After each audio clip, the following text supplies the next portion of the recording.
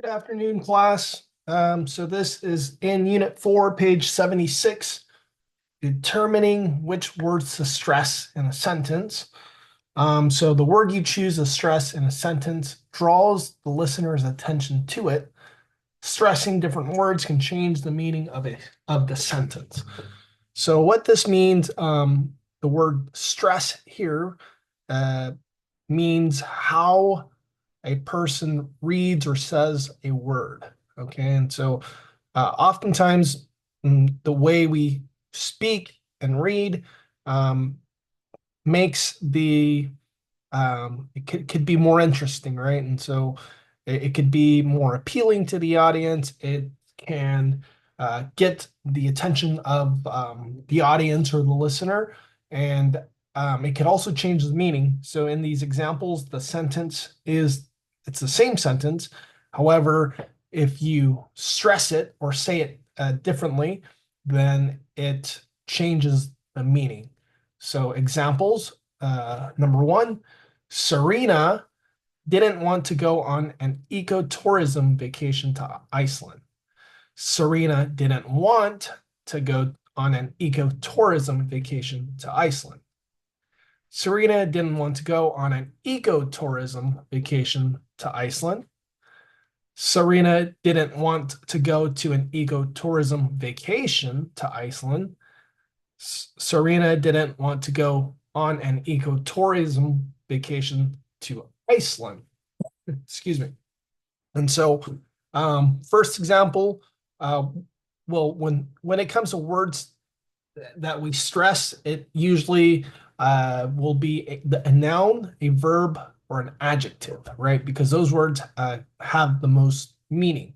And so when you stress these words, it can imply or it can imply a different message, right? So the words here are all the same, but when you stress it or say it differently, Serena didn't want to go on an ecotourism vacation to Iceland. This here, the stress Serena is a name.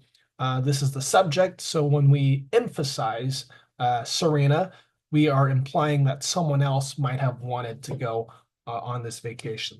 In this case, the name Liam wanted to go instead, right? Serena didn't want to go on an ecotourism vacation to Iceland. She had no choice.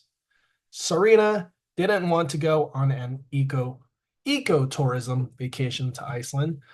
She wanted to go on vacation just to relax.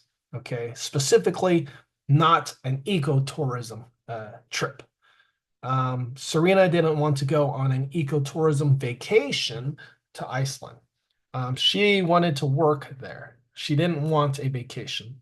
Serena didn't want to go on an ecotourism vacation to Iceland. She wanted to go to Brazil. So Iceland is a place, emphasizing that changes the meaning and that she does not want to go to Iceland, right? Specifically Iceland. And so again, all of these sentences are the same. Depending on how you read it, changes the meaning. So a couple more examples here. Arif went on a canoeing trip in Alaska. Arif went on a canoeing trip in Alaska, and Arif went on a canoeing trip in Alaska. Kyung didn't tell me he wanted to study tourism. Kyung didn't tell me he wanted to study tourism. Kyung didn't tell me he wanted to study tourism. Have have you read the textbook chapter on geology? Have you read the textbook chapter on geology?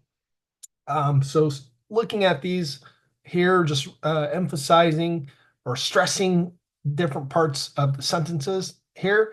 So, for example, number two, Kyung didn't tell me he wanted to study tourism. Specifically, he told someone else, he told other people, he didn't tell me. Kyung didn't tell me he wanted to study tourism. In this case, when we emphasize or stress tourism, this could be that Kyung told me he wanted to study something else, or Kyung doesn't want to study or is studying tourism, but hasn't told anyone yet. And so, very important to uh, stressing words is very important, not just for um, the meaning, but also for listeners and the audience's attention.